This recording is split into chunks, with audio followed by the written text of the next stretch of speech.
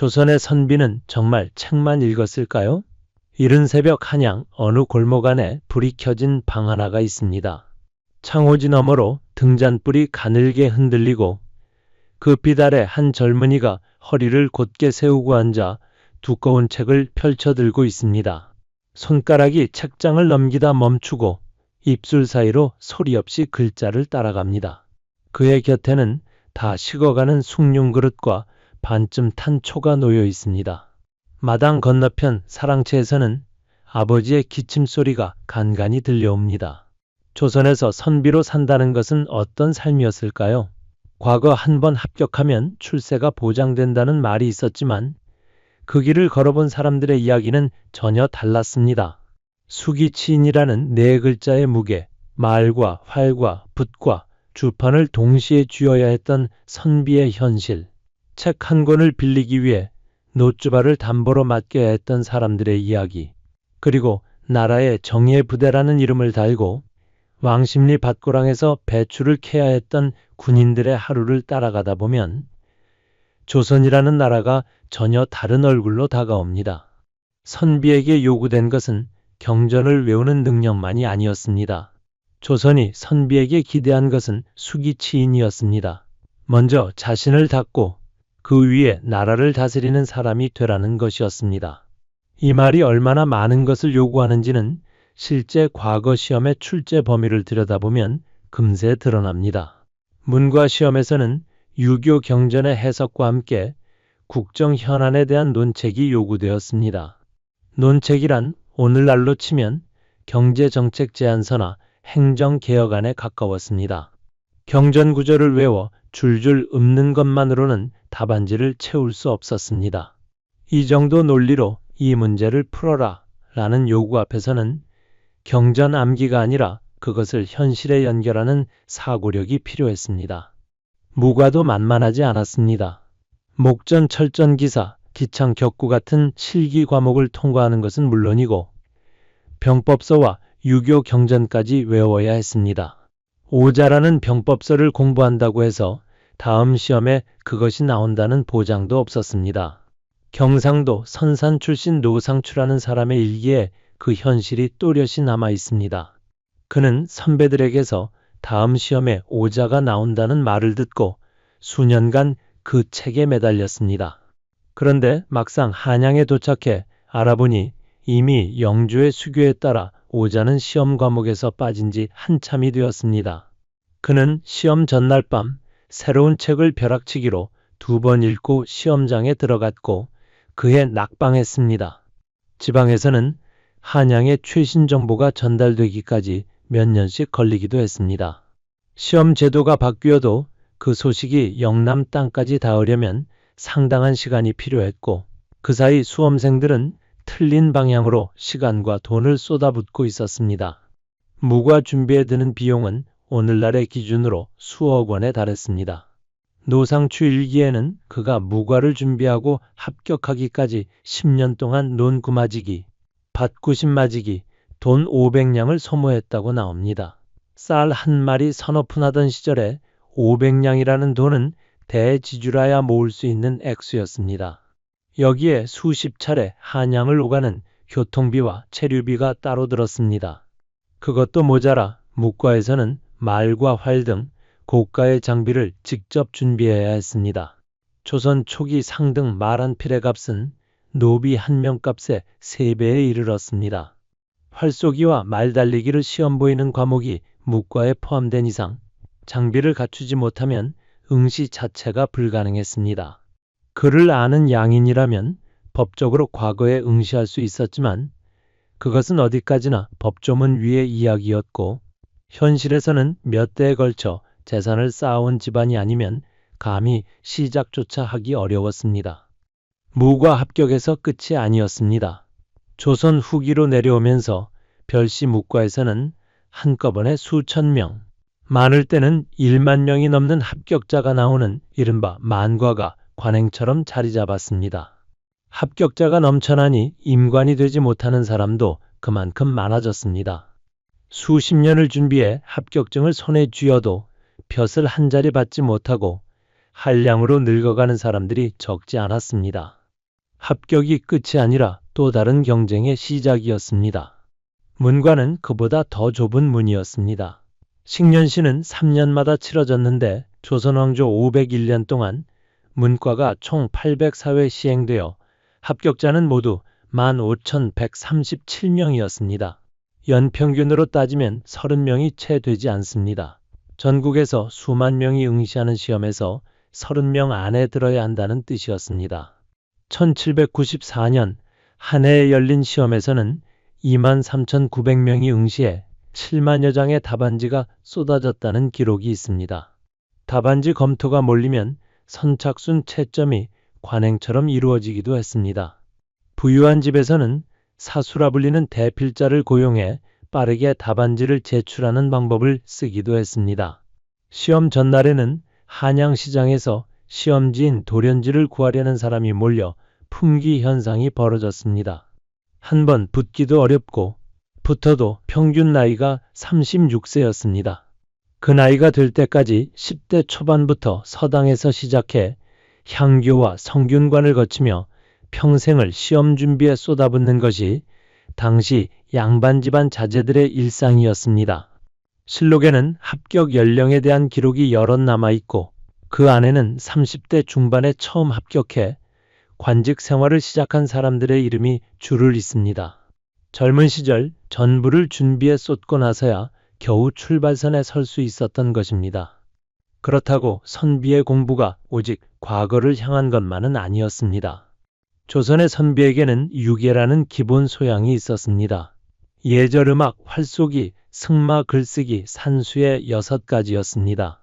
이 가운데 활쏘기와 승마는 과거와 직결되는 실기 과목이기도 했지만 그 이상의 의미를 가졌습니다. 활을 쏜다는 것은 단순히 관역에 화살을 꽂는 기술이 아니었습니다. 자세를 잡고 호흡을 고르고 시위를 당기는 과정에서 마음을 다스리는 수행이 함께 이루어진다고 보았습니다. 성균관 뜰 한쪽에 마련된 활터에서 유생들이 활쏘기 연습을 하는 모습은 낯선 풍경이 아니었습니다. 음악 역시 단순한 취미가 아니었습니다. 검은 고를 타거나 가야금을 뜯는 일은 마음의 흔들림을 고르는 방법으로 여겨졌습니다. 산수는 오늘날의 수학과 비슷한 것으로 세금 계산이나 토지 측량 같은 실무 능력으로 이어졌습니다. 이 6가지를 갖추는 것이 선비로서의 최소 요건이었습니다. 그중 어느 하나를 소홀히 하면 몸이 한쪽으로 기운 것처럼 불완전하다고 보았습니다. 학문만 깊고 활을 쏠 줄 모른다면 그것은 반쪽짜리 선비였습니다. 활은 잘 쏘는데 경전 한 권 제대로 읽지 못했다면 역시 마찬가지였습니다.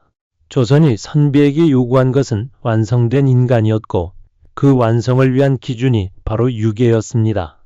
선비들이 공부 틈틈이 즐긴 놀이가 하나 있었습니다. 승경도입니다. 두꺼운 종이에 조선의 관직 체계가 빽빽하게 그려져 있고 그 칸들 사이를 윤목이라는 나무 막대를 굴려 나아가는 놀이였습니다. 유학이라는 말단에서 시작해 영의정과 봉조하에 이르기까지 300여 칸이 가득 적혀 있었습니다. 칸마다 실제 관직 이름이 적혀 있어 어린 나이에 관직 체계를 자연스럽게 익힐 수 있었습니다. 고려말 하륜이 처음 만들었다고 전해지고 조선에 들어와 널리 퍼졌습니다. 성종실록에는 홍문관 관리들이 밤을 새워 이 놀이에 빠졌다는 기록이 남아 있습니다. 이순신 장군 역시 난중일기에 장교들과 함께 종정도를 즐겼다는 내용이 나옵니다. 승경도 판에는 단순히 승진만 있는 것이 아니었습니다. 파직 유배 사약 같은 이벤트 칸이 곳곳에 숨어 있었습니다. 신나게 앞으로 나아가다 갑자기 파직칸을 밟아 처음으로 돌아가거나 유배칸에 걸려 한참을 멈춰야 했습니다. 조선의 관직 생활에서 실제로 일어나는 일들이 그 안에 그대로 담겨 있었습니다. 잘 나가던 신하가 어느 날 갑자기 유배를 당하고 그 자리가 공중에 떠버리는 일이 역사 속에서 얼마나 자주 벌어졌는지 그 놀이판이 보여주고 있었습니다. 선비 집안 아이들은 승경도 판을 사이에 두고 놀면서 조선 관직의 이름과 위계를 몸에 익혔습니다. 형이 영의정 칸에 올라가면 동생은 아직 정랑 자리에서 윤목을 기다리고 있었습니다. 그 판 위에서 이겼다고 실제 관직을 얻을 수는 없었지만 판 위에서 지는 연습을 하면서 아이들은 욕심을 부리다가 파지 칸을 밟는 일이 얼마나 쉬운지를 자연스럽게 알게 되었습니다. 이렇게 공부와 소양을 갖추는 것이 선비의 낮이었다면 선비 집안의 밤, 특히 안채 쪽에서는 전혀 다른 세계가 펼쳐지고 있었습니다. 18세기 한양에 조선 역사상 가장 이상한 가게가 등장했습니다. 돈을 받고 책을 빌려주는 세책가였습니다. 오늘날의 도서 대여점과 비슷하지만 그 안에서 오가는 것들은 훨씬 더 다양하고 복잡했습니다. 가게 선반에는 100권이 넘는 한글 소설들이 줄지어 꽂혀 있었습니다. 홍길동전, 심청전, 춘향전부터 수호전, 삼국지, 서유기의 한글 번역본까지 종류가 다양했습니다. 186권짜리 대하소설도 대여 목록에 올라 있었습니다. 책을 빌리려면 먼저 담보를 내야 했습니다. 놋주발 뚜껑이나 은비녀, 요 같은 물건을 맡기고 책값의 10분의 1 정도 되는 대여료를 내면 책을 가져갈 수 있었습니다. 처음에는 글을 아는 양반과 여성들이 주 고객이었습니다. 양반과 여성들은 사대문 밖으로 마음대로 나갈 수 없었고 가진 돈도 많지 않았습니다. 바느질 품삯으로 번 몇 푼을 모아 새 책가를 찾았습니다.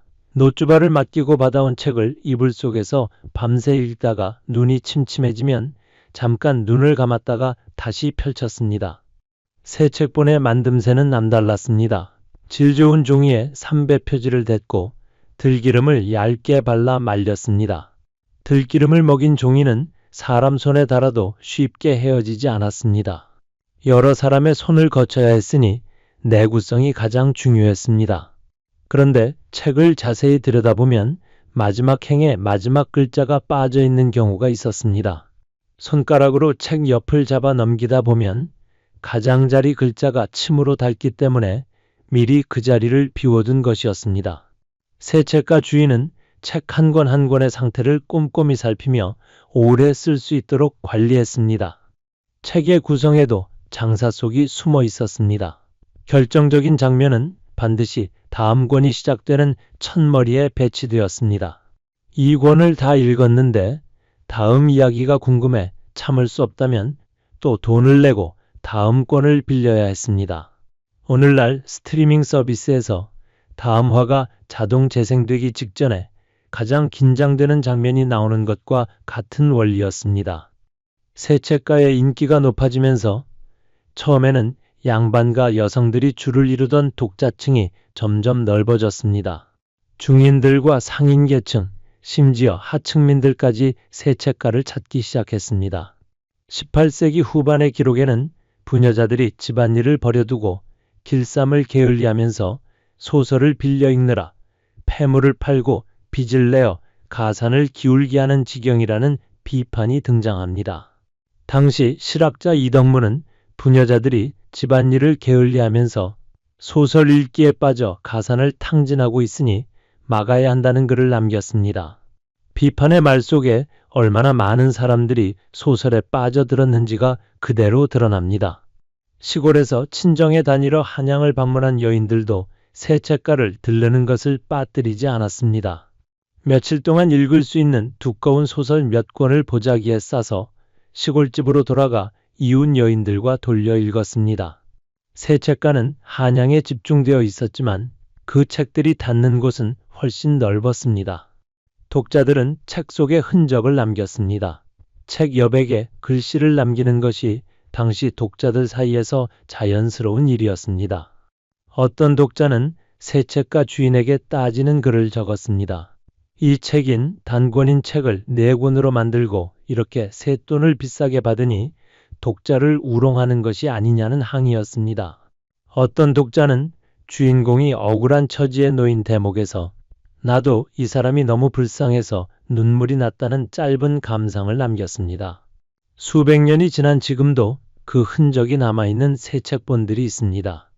글자를 아는 사람이라면 누구나 이야기에 이끌렸고 책 위에 남긴 그 낙서들은 조선 사람들이 이야기를 얼마나 갈망했는지를 보여주는 증거가 되었습니다. 새 책가가 커지면서 그 주변에 새로운 직업들이 자라났습니다. 필사자는 책을 손으로 베껴 쓰는 사람이었습니다.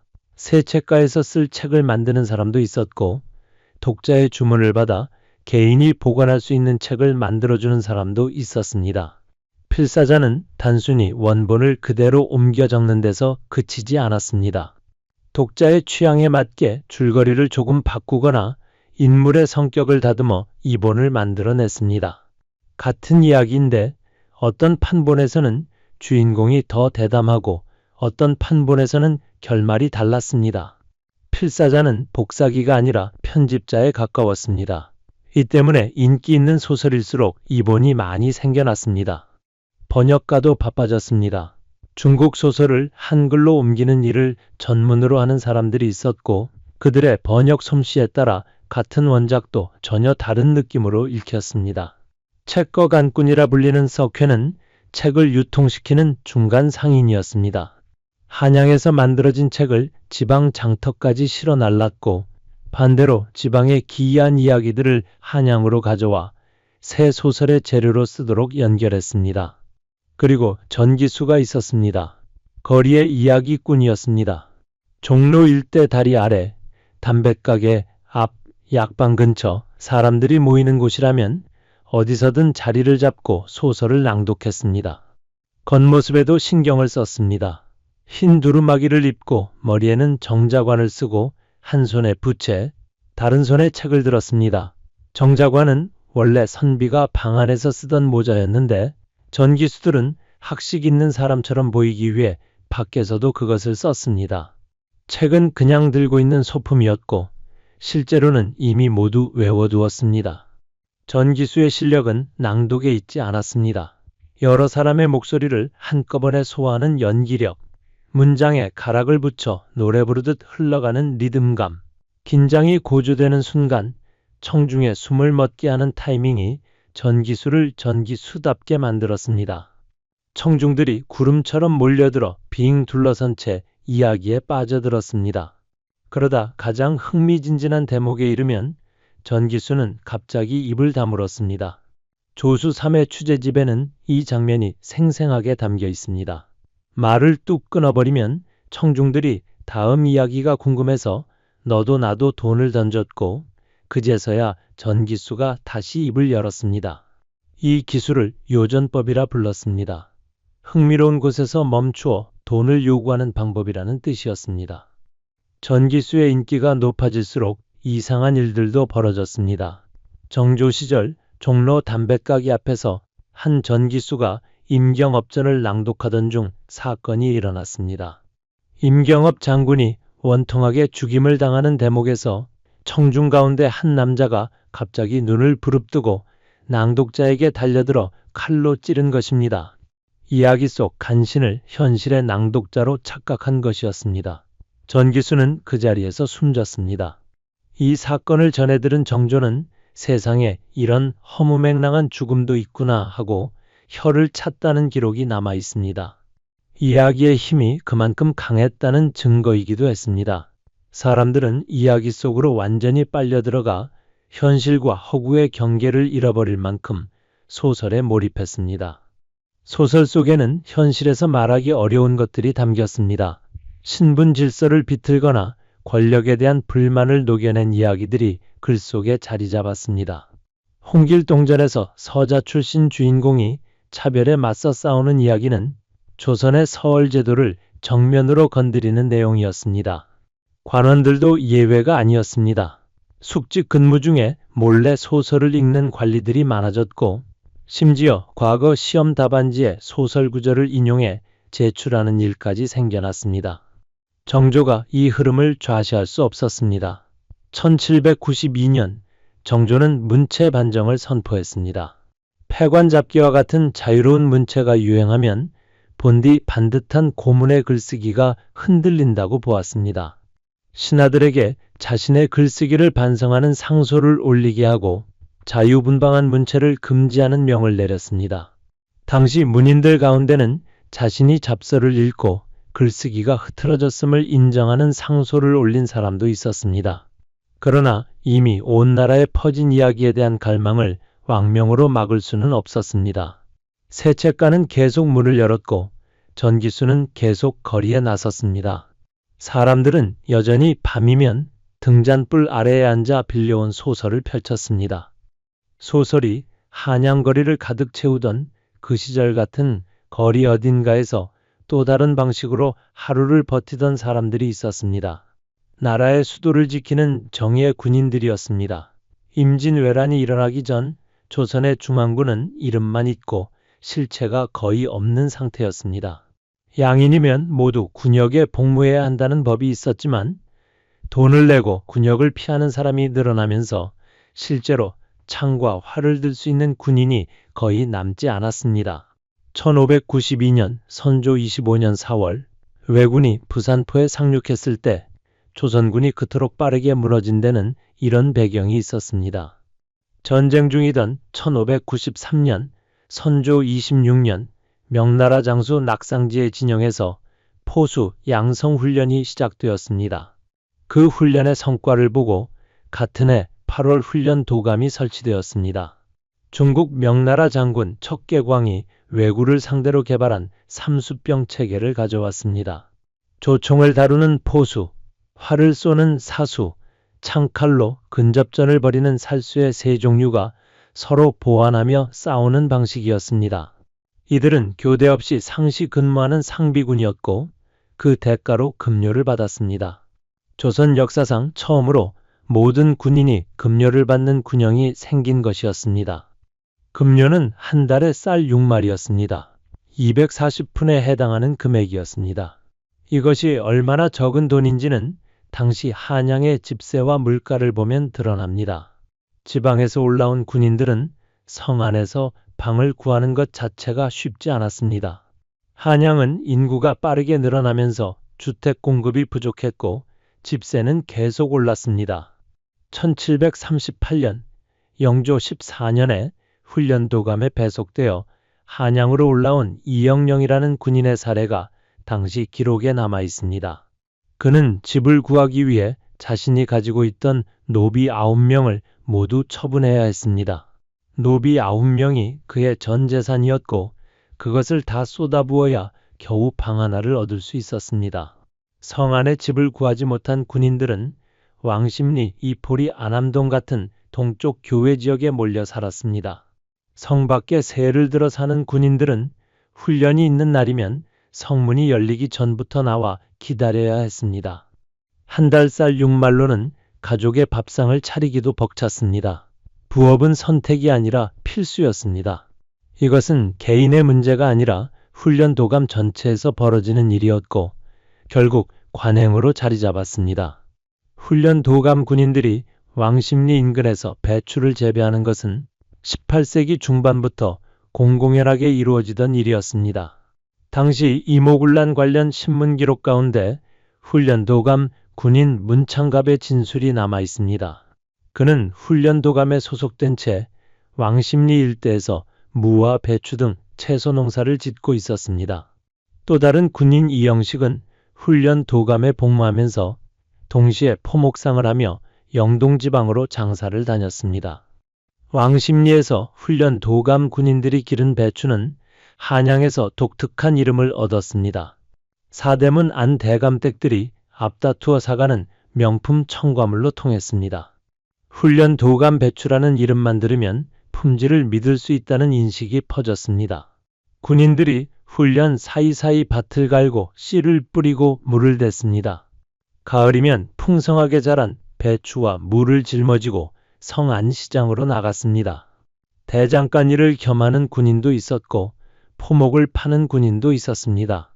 나라가 허가한 상업 범위는 자신이 직접 만든 물건 혹은 손에 들고 다닐 만한 소량의 물건 판매였습니다. 그 범위 안에서 군인들은 살림을 꾸려나가는 방법을 찾았습니다. 훈련 도감을 유지하는 데 드는 비용은 막대했습니다.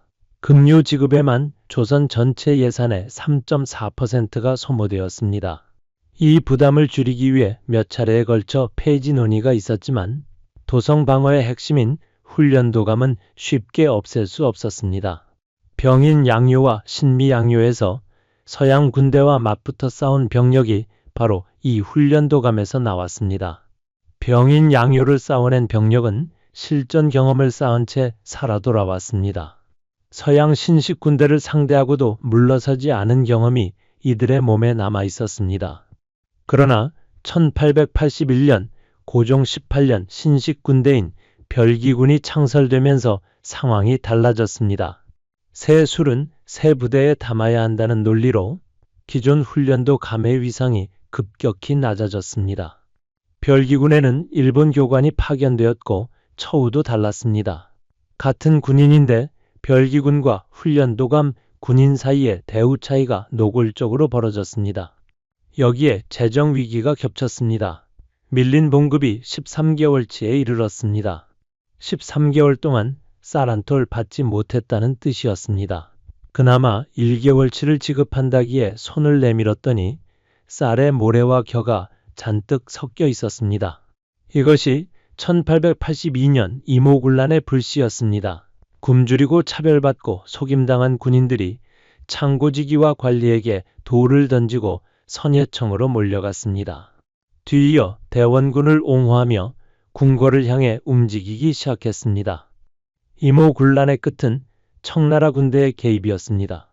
진압 이후 왕십리와 이태원 일대에 주둔하던 군인들이 청나라 군대의 공격을 받아 160여 명이 체포되고 수십 명이 처형되었습니다.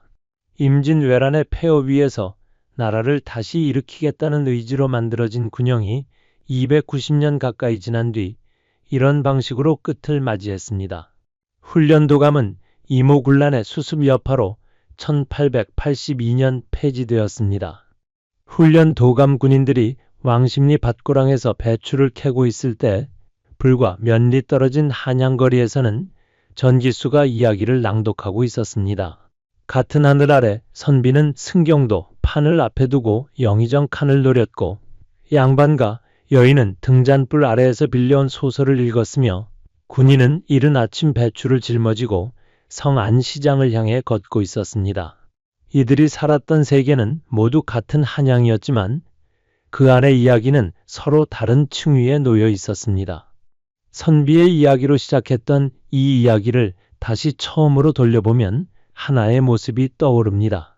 수기 치인을 목표로 삼으며 수십 년을 시험 준비에 쏟아붓고 유계를 갖추려 활을 쏘고 검은 고를 뜯고 산수를 익히며 승경도 판 위에서 파직칸을 밟는 연습을 한 선비들. 그 선비 집안의 안채에서 노주발을 담보로 맡기고 빌려온 한글 소설을 밤새 읽던 여인들. 돈을 받고 이야기를 들려주다 칼에 찔려 숨진 전기수와 그 이야기를 듣고 현실과 허구를 구분하지 못했던 청중들. 그리고 나라를 지킨다는 이름 아래 배추밭에서 삶을 꾸려나가던 군인들. 이들이 각자의 방식으로 버티고 살아냈던 조선의 하루 속에는 현실과 이상 사이에 간격이 있었습니다. 그 간격 속에서 사람들은 나름의 방법을 찾아냈습니다. 이야기를 갈망하는 사람 앞에 새 책가가 생겨났고 이야기를 들려줄 사람이 나타났습니다. 급여가 부족한 군인 옆에 밭이 있었고 그 밭에서 자란 것들이 시장으로 나갔습니다. 어떤 방식으로든 살아가는 길을 찾는 것이 조선 사람들의 방식이었습니다. 그 방식이 얼마나 정교하고 현실적이었는지 들여다보면 조선은 교과서 속의 딱딱한 왕조가 아니라 사람 냄새 가득한 시대로 다가옵니다. 오늘의 이야기가 마음에 드셨다면 구독과 좋아요를 눌러주세요.